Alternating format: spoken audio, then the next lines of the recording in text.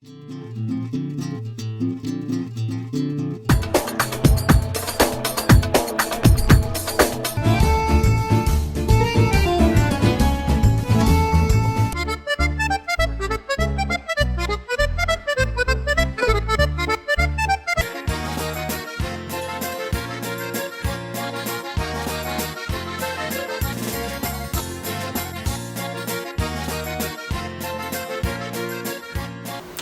nome é Marcela Lopes Guimarães, eu sou professora de História Medieval na Universidade Federal do Paraná.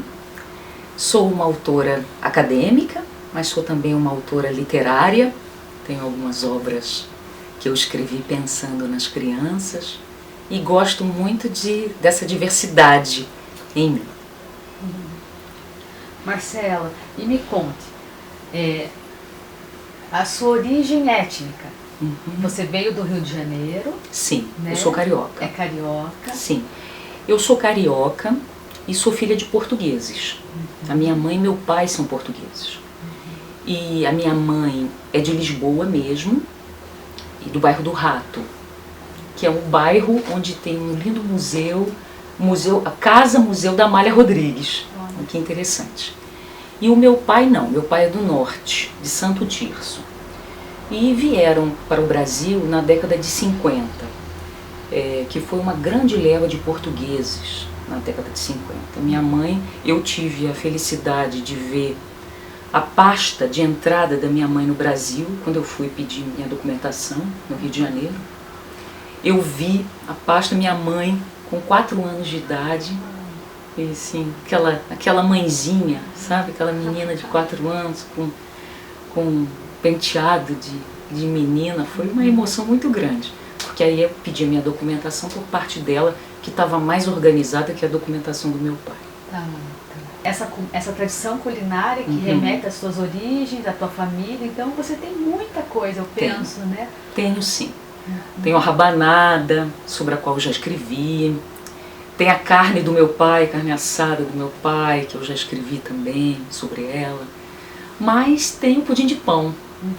Tem o bolinho de chuva também, mas o bolinho de chuva é mais brasileiro mesmo, mas ele acompanhou minha infância. Mas o pudim de pão, Ju, é uma coisa muito interessante, porque a minha mãe fazia o pudim de pão. E a gente aprendeu a fazer dividindo as tarefas da feitura do pudim de pão. Né? E o pudim de pão é um alimento feito a partir de resto. É um alimento de aproveitamento, é uma sobremesa de aproveitamento. É que nem assim, bolinho de chuva, né? Bolinho de chuva não, bolinho de arroz. A gente faz bolinho de arroz com o resto do arroz que sobra, né? Aqui eu congelo o arroz que sobra para virar bolinho depois, né? Mas o pudim de pão era uma coisa que eu via minha mãe fazer. E não tinha uma receita. A minha mãe, aqueles pães, eles sobravam, ela guardava na geladeira para não embolorar. Depois ela colocava esses pães num molho de leite, acrescentava canela. Às vezes ela colocava um pouquinho de ameixa, às vezes passas, se tivesse em casa isso. Tá? Depois ela misturava com ovos, caramelizava uma forma e colocava aquilo ali. Então o pudim de pão ele é muito engraçado porque não existe um pudim de pão igual ao outro.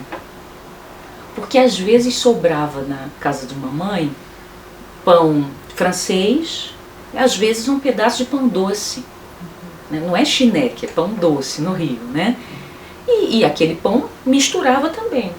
Eu, no caso, aqui na minha casa, a gente não consome muito pão francês, o branco, a gente consome mais o pão integral. Então, o meu pudim de pão é feito com pão integral. Então, assim, a depender do que sobra no saco de pães de uma família, né, aquele pudim de pão vai ser único. E é que nem uma apresentação teatral. É irrepetível, porque tem a ver com o tipo de pão que sobrou na nossa casa. Sim. E ela fazia, então, assim, digamos, essa não é uma sobremesa de final de semana. Não. Era uma sobremesa quando tinha pão guardado na geladeira que sobrou e que não virou torrada, tá? porque o destino do pão que não fica fresco também é torrado em muitas casas, né? Na minha casa, na casa de mamãe, até era menos. A gente gostava mais de fazer o pudim de pão, né? Doce. Eu acho que tem a ver com o fato de nós, todas mulheres, minha mãe sozinha com 3 meninas. Meu pai foi embora, né? E nós gostávamos de doce. E a minha mãe aproveitava aquele pão para fazer um doce que todo mundo gostava, né? E a gente degustava às vezes. A gente tomava café da manhã, como hoje, né? A gente vai tomar café da manhã com pudim de pão da minha mãe. Às vezes era à tarde, né? Então dependia, porque minha mãe também trabalhava muito. O que tua mãe fazia? Minha mãe era secretária. Agora minha mãe está aposentada. Mas ela foi secretária de muitas pessoas diferentes, de empresas diferentes. Ela veio pequena, então ela tem uma fala muito brasileira carioca, como a minha. Né? Veio com os pais? Com os pais dela. Conheceu seus avós? Sim, na verdade eu conheci o meu avô, João da Silva Lopes. E a minha avó eu não conheci. Ela faleceu depois, pelas consequências de um acidente automobilístico. Ela ficou internada, mas acabou não ficando boa. E o avô, você chegou a conviver com ele? Sim, e ele morou conosco há algum tempo, sabe? Morou comigo, com mamãe. Você se lembra de alguma comida que sua mãe fazia pro seu avô? O bacalhau. O bacalhau. O bacalhau também é uma outra comida da nossa família, né? Uma comida bastante que era bacalhoada. Esse era o bacalhau da casa da minha mãe. Eu invento mais, né? Porque assim, aprendi, viajei, comi outras receitas de bacalhau, comprei livro. Então eu experimento outras coisas aqui em casa, mas a bacalhoada da minha mãe era o bacalhau cozido, com as couves, com as batatas, os ovos, a cebola, né? E aquela travessa, e a gente fazia aí muito regado em azeite, às vezes fazia o alho amassadinho para jogar. Esse era o bacalhau da minha casa de infância. Com couve? Com couves. Repolho não? Repolho às vezes, mas é que a gente não gostava muito, só a mamãe, então ela não colocava muito. E ela costumava fazer bacalhau quando pro seu pai, pro seu avô? Nas festas, por exemplo, de fim de ano, Natal e Ano Novo sempre tinha bacalhau em casa. E na Páscoa, esses eram os momentos em que eu me lembro, e eu faço também nesses momentos. Eu faço bacalhau na Páscoa, e faço no Natal e faço no Ano Novo. Eu só mudo a receita. Para você, então, é uma comida de tradição também. É uma tradição. Eu não consigo, assim, sentar para o Natal. Hoje o meu Natal é bem diferente do que já foi há alguns anos. Hoje o meu Natal tem pouca gente, é mais intimista, e eu gosto muito. Mas eu não sei me sentar no Natal sem ter um prato de bacalhau. Aí é com natas, ou do pipo, ou é a salada de bacalhau com grão de bico. Aí depender dessas receitas que eu fui elaborando na minha vida e tendo acesso também. Sim. E alguma outra coisa que você lembra, assim, nossa, isso é comida de casa, é comida de infância, é comida de memória afetiva? Eu me lembro do bacalhau, o pudim de pão, o bolinho de arroz, que a minha mãe sempre fez e eu faço aqui em casa, o bolinho de chuva que a minha mãe ensinou a minha irmã mais velha a fazer. Eu tenho uma irmã adotiva. Tá? Então, eu sou a filha do meio que vim primeiro. Né? Porque a Luciana chegou depois na nossa vida. Então, a minha mãe ensinou a minha irmã, e minha irmã faz um bolinho de chuva maravilhoso. E minha irmã me ensinou. Então, não foi a minha mãe que me ensinou a fazer bolinho de chuva. Engraçado isso.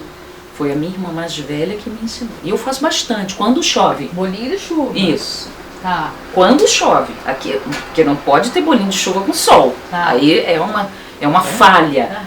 Assim, alguma coisa errada vai acontecer na terra, se for dessa forma, né? A gente acha aqui. Então, a Clarinha, minha filha, quando começa a chover, ela até fala: choveu, hein, mãe? Está chovendo. porque ela espera que eu faça. Sim, sim. Então são as minhas comidas afetivas. Essa irmã é do Rio? Ou Sim. mora aqui? Ela é do Rio e mora aqui agora. Olha só, tá Isso. morando aqui. É. Tá. Uhum. E você estava me contando, quero que você me conte também do bolo de limão. Sim, o bolo de limão. Isso. É, Que você fez com a Clarinha. Que eu fiz acho com a essa história Clarinha. é muito linda. foi em 2011. Sim. Antes, vou falar só duas coisas. A minha mãe sempre trabalhou muito e cozinhar para ela era aquela atividade na correria, né? O valor da cozinha, o valor afetivo da cozinha eram algumas receitas, mas era mais assim a correria do dia a dia, né? Eu sempre adorei cozinhar. E minha irmã mais nova também. Minha irmã mais nova é uma cozinheira de mão cheia. Então, quando a minha filha nasceu, eu comecei assim a fazer... Não quando ela nasceu, ela mamou muito tempo, eu amamentei muito tempo. Já tinha 35 anos, não tive muito leite. E ela mamou 1 ano e meio. Quando ela começou a comer comida, eu fazia as sopinhas dela. Eu acordava super cedo, porque eu tinha que trabalhar depois, eu fazia e tal. Então, pra mim era uma coisa muito maravilhosa, ainda hoje. Cozinhar pra minha filha é maravilhoso pra mim, sabe? Acho que uma das formas de amar é mesmo esse serviço, né? E cozinhar pra mim, com certeza, é uma forma de amor. E em 2011, ela me via cozinhando a sopa. Tinha um portãozinho perto da cozinha, sabe? E ela me via cozinhando, ela via fazendo arroz, ela via fazendo outras coisas. E quando ela começou a comer comida de panela, que foi com 2 anos, né? Ela começou a querer ajudar. E aí eu fiz uma pesquisa para saber assim, puxa, o que eu podia fazer, o que eu podia de especial para cozinhar com a minha filha. E aí eu achei essa receita de bolo de limão. Uma receita muito fácil, que não leva nem leite, ela leva óleo, e não é muito, pouco.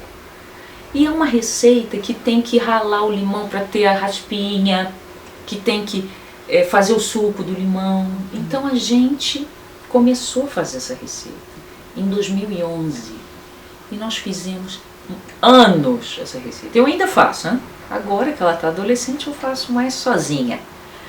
Mas ela me ajudava muito. Ela untava o tabuleiro, ela ralava o limãozinho com aquela mão bem pequenininha dela, pra gente ter as raspinhas, e colocava na massa. E aí quando a massa estava pronta, eu disse assim, filha, faz o teste. E era o dedo que ela botava na boca, tá ótimo. E ela tinha até uma máxima, muito engraçado me lembrar disso agora.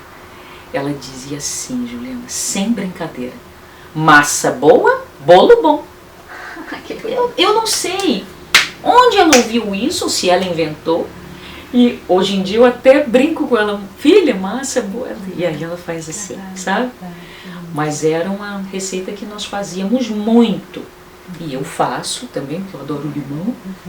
E agora com menos na companhia dela.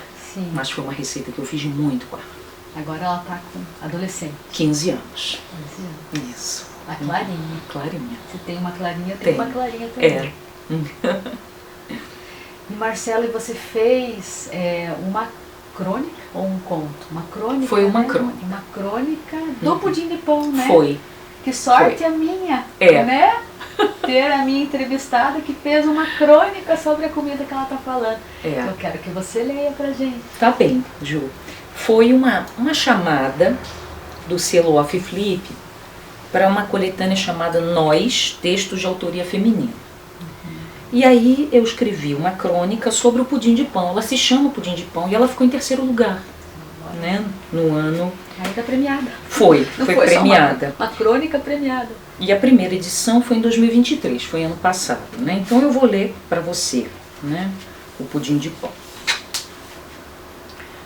Pudim de pão é comida honesta. Você sabe que a matéria-prima é de ontem, ou de anteontem. Pudim de pão é comida feito borboleta. Ele não é mais pão. E para virar pudim, precisou de energia renovada. Encontro com novos ingredientes, repouso da beleza no leite morninho. banho-maria, até pousar sobre a mesa. À mesa, ele se reencontra ocasionalmente com o café, mas pode ser acompanhado por outros gostos e até por vinho do Porto. Conheço uma versão da receita que derrama um cálice de Porto no repouso da beleza das fatias adormecidas. Quase não faço. Sobra pouco pão em casa e logo vira torrada e brusqueta, que é essa torrada com blush toda prosa. Mas acho magnífico aproveitar o pão para o sabor revigorado e doce. O pudim me conta muitas coisas, mas talvez a principal e mais óbvia é que é possível recusar o destino de bolor se a gente não se entregar à preguiça. Mas não se trata de treino aeróbico. Quem já fez pudim de pão sabe que depois que o pão endureceu, é necessário convencê-lo a amolecer. Convencimento é que entram em jogo outros ingredientes. Para refutar o bolor, o pão precisa de ajuda. Minha mãe era mestra do pudim de pão, e as receitas tinham 1000 versões, segundo as possibilidades da despensa, com passas, com ameixas, com suco de laranja, raspinhas de limão. Em minha infância, nenhum pão jamais foi para o lixo, ou porque não dava tempo, ou porque se transformava. E depois do trabalho, reunindo a gente para o caramelo da forma, para o corte em rodelas do pão dormido, para as medições do leite e para a bateção dos ovos, minha mãe recusava o bolor. Presente como dádiva e transformação, mas há mais. Na verdade, toda comida bem preparada dá certeza sobre o que ninguém tem certeza. O cheiro anuncia um tempo só sonhado em expectativa, o futuro. O pudim de pão participa do contínuo pelas mãos de gente que não admite o bolor. Sem preguiça, não no sentido contábil ou aeróbico, mas no sentido da ação necessária, o pudim de pão reúne elementos simples, mas pede cuidado, paciência. Pudim de pão é doce. Na casa da minha infância, ninguém sabia de dietas. Rodela de pão, bateção de ovos, colheradas de açúcar. Mãe, quase não faço. E tudo isso vencia o destino de bolor. Que lindo. Gratidão.